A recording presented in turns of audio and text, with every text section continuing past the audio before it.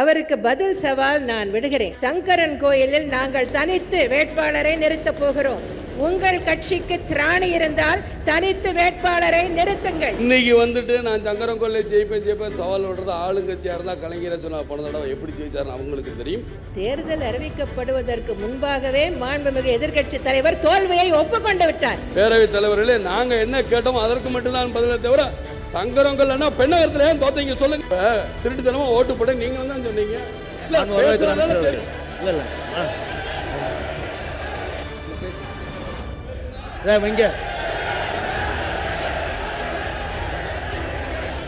அது எப்படி சொல்ல முடியும்னா சொல்லிட்டு நீங்க அதுக்கு ஏற்ற மாதிரி எதுக்கா நீங்க போலீஸாலா இல்ல போலீஸாலா இல்ல அப்ப விட்டுருங்க. எதாவது உங்களுக்கு நீங்க எப்படி கேள்வி கேட்கிற உரிமை இருக்கோ அதே மாதிரி நான் பதில் சொல்ற உரிமை இருக்குல்ல.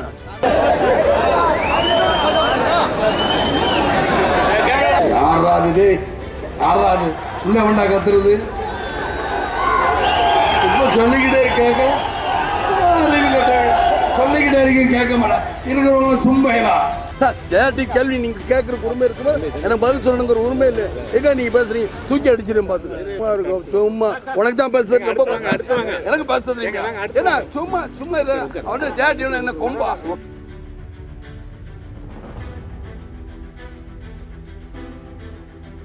ஜெயலலிதா குண்டக்க மண்டக்க திட்டுவேன் கமெண்ட் இருக்க மாதிரியா தூக்கி அடிச்சிடும் பார்த்து என்ன ஜெயலலிதா கையை காலை வெட்டி போடுமா? சரி நீங்களே போய் சொல்லுங்க. ஜெயலலிதா ஆட்சி பண்ணி இந்த கேள்வி நீங்க ஜெயலலிதா போய் கேட்க முடியுமா? கேட்கவே மாட்டீங்கல்ல. பயப்படுவீங்க பத்திரிகைகளை. ஆமா பிரஸ் மீட் கொடுத்தா நீங்க போய் கேளுங்க, பிரஸ் மீட் கொடுங்கன்னு கேளுங்க. கடைசியில வந்து என் மூஞ்சியை மறைச்சிருங்க எல்லாரும். போலீஸ் இல்ல சார், அவர் பேர் நம்ம ஏசி மோகன்ராஜுங்க தாக்கியிருக்காரு. இப்போ என்ன அதனால என்ன நான் என்ன கேட்குறேன், தாக்கத்தான் செய்வாங்க. இந்த அம்மா சொல்லி தானே ஜெயலலிதா சொல்லி தானே இது வரைக்கும் அவங்களா செய்யணும்னா செய்கிறாங்க. ஜெயலலிதா சொல்லி தானே இவ்வளவு நடக்குது. பாருங்க நாளையிலேருந்து என்ன வேடிக்கை நடக்குதுன்னு.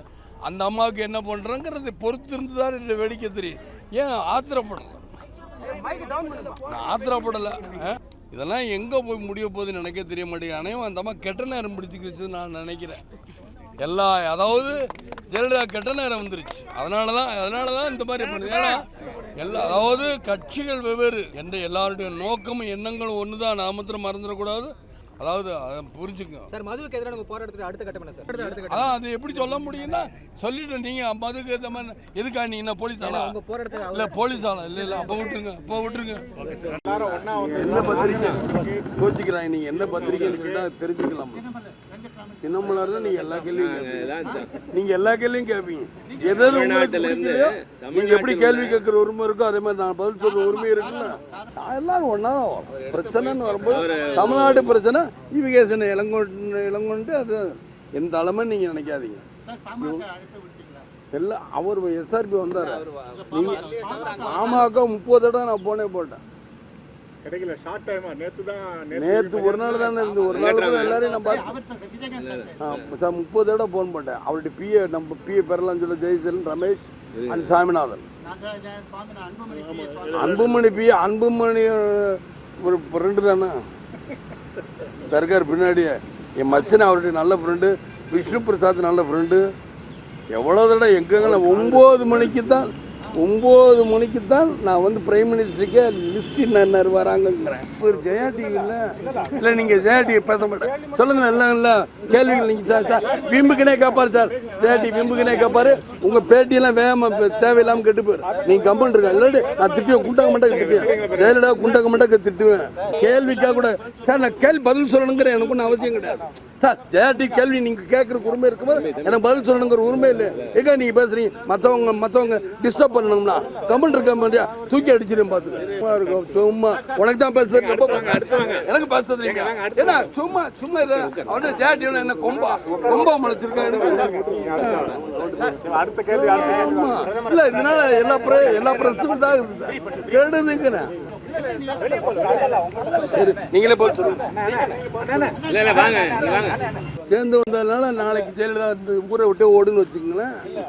அப்படி கூட ஏன் அதை மாத்திரம் எழுதுங்களேன் பாப்பா. என்ன ஜெயலலிதா கையை காலை வெட்டி போடுமா? ஏன் பயப்படுறீங்க? ஓடுன்னு சொல்லுங்க. எல்லாரும் ஒன்று சேர்ந்தா ஓடுன்னு எழுதுங்களேன். அன்பு தமிழஞ்சங்களே, உங்கள் அனைவருக்கும் நன்றிகள் தான் வணக்கம் தெரிவித்து என்ன லேடிஸ் பக்கம் இப்படி போகுது.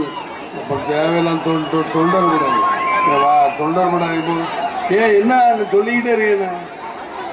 தயவுசெய்து வாங்க வாங்க, நம்ம எல்லாருமே நம்ம அக்கா தங்கச்சிகளாக நினைக்கணும். நீங்கள் இப்படி பண்ணீங்கன்னா எப்படி இருக்கும் என்றதாக தயவுசெய்து தயவுசெய்து தயவுசெய்து தயவு. மூன்றாவதாக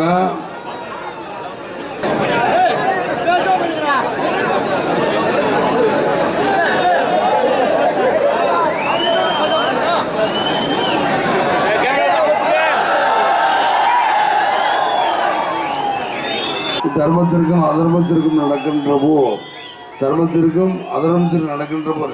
இந்த ஒரு நிமிஷம் இருங்க, இப்படி சத்தம் போட்டுக்கிட்டு இருந்தா யாருமே பேச முடியாது.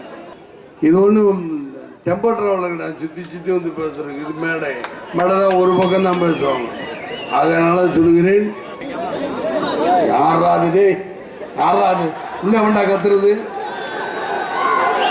இப்போ சொல்லிக்கிட்டே கேட்க சொல்லிக்கிட்டே இருக்க கேட்க மாட்டேன். இருக்கிறவங்களும் சும்பையா சொல்லிக்கிட்டே இருக்க கேட்கல. அவங்களுக்கு அறிவு இல்லை. அவர்தான் அசிஸ்டன்ட் போய் சொல்றாரு, டைம் ஆச்சு நம்ம போகணுமென்று. நான் பேசணுங்கிறேன். நான் ஏன் இதெல்லாம் யோசிச்சேன்னா, இன்னைக்கு என்ன வேலை ஏன் இப்படி எந்திரிச்சு ஒரு எடுக்கிறாரு போட்டா உட்காந்து எடுக்கல. நான் தான் தெரியல, எந்திரிச்சு எடுத்தா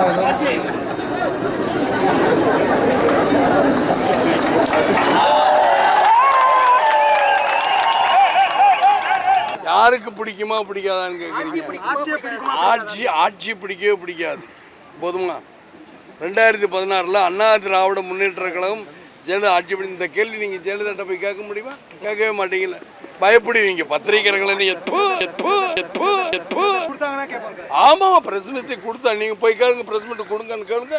ஏன்னா உங்களை இவ்வளோ பேர் நிற்க வச்சானே, நீங்கள் கேளுங்க பார்ப்போம். பிரஸ் மீட் கொடுக்குற உங்களுக்கு தைரியம் இருக்குமா? எல்லாம் உங்கள் முதலாளிகள் சொன்னால் நீங்கள் போவீங்க, இல்லாட்டி போக மாட்டீங்க அந்த பக்கமே. பேசுகிற மாதிரி மக்கள் ஒரு முதலமைச்சருக்கு போட்டாங்கன்னா அந்த முதலமைச்சருக்கு அப்போ அதாவது நான் என்ன சொல்கிறேன், நீங்கள் அப்போ எந்த பத்திரிக்கை? நீங்கள் எந்த பத்திரிக்கை? பத்திரிக்கை சார், ஜேர்னலிஸ்ட் தானே, நியூஸ் செவன் தானே. நீங்கள் நியூஸ் செவனில் இருக்கீங்களான்னு அப்போ பார்ப்போம். அன்றைக்கி வந்து நீ கேட்குற அன்றைக்கி பார்ப்போம். இப்போ 5000 ஒரு உதாரணத்துக்கு 5000 ரூபா ஒரு ஒரு ஒரு டிவியில் கொடுக்குறாங்க. இன்னும் டிவியில் 10,000 ரூபா கொடுத்தா மாறாமே இருப்பாங்க. அவங்க குடும்ப சூழ்நிலை இதெல்லாமா நம்ம சொல்கிறது. நீங்கள் விவி மினரல்ஸ் தானே, விவி மினரல்ஸ் நம்ம வைகுந்தராஜ் அதெல்லாம் சொல்லாங்க. நீங்கள் ஜெயலலிதாவுக்கு ஜால்ரா அடிக்கிறீங்கன்னு பார்த்து டிவி இருக்குது. ஒரு சவால் விட்டிருக்கிறார். அவருக்கு பதில் சவால் நான் விடுகிறேன். சங்கரன் கோயிலில் நாங்கள் தனித்து வேட்பாளரை நிறுத்தப் போகிறோம். உங்கள் கட்சிக்கு திராணி இருந்தால் தனித்து வேட்பாளரை நிறுத்துங்கள். இன்னைக்கு வந்துட்டு நான் சங்கரன் கோயிலில் ஜெயிப்பேன் சவால் விடுறது ஆளுங்கட்சியாக இருந்தால் கலைஞரை சொன்னால் போன தடவை எப்படி ஜெயிச்சாருன்னு அவங்களுக்கு தெரியும். இப்போ நீங்களே எப்படி ஜெயிக்க போகிறீங்கிறதா, அனைத்து இந்த அண்ணா திராவிட எப்படி ஜெயிக்க போகிறங்கிறது. தேர்தல் அறிவிக்கப்படுவதற்கு முன்பாகவே மாண்புமிகு எதிர்க்கட்சி தலைவர் தோல்வியை ஒப்புக்கொண்டு விட்டார். கேட்டதுக்கு மட்டும்தான் பதில். பேரவைத் தலைவர்களே, நாங்கள் என்ன கேட்டோமோ அதற்கு மட்டும்தான் பதிலை தவிர சங்கரங்கள்னா பெண்ணகரத்தில் ஏன் தோத்தீங்க சொல்லுங்க. திருட்டுத்தனமாக ஓட்டு போட நீங்களும் தான் சொன்னீங்க. நீங்களும் தான் அந்த இதில் வந்து எனக்கு எலக்ட்ரானிக்கல் சொல்லி முடிச்சிடுறேன், அப்புறம் நீங்கள் பேசுங்க. எலக்ட்ரானிக்கல் ஓட்டில் தவறுன்னு எல்லாரும் தான் கோர்ட்டுக்கு போனோம். இல்லை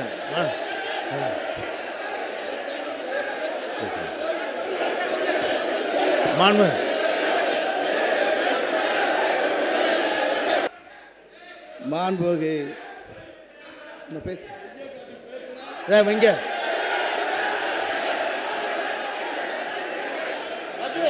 சினிமா இல்ல ஒரே ஆள் 10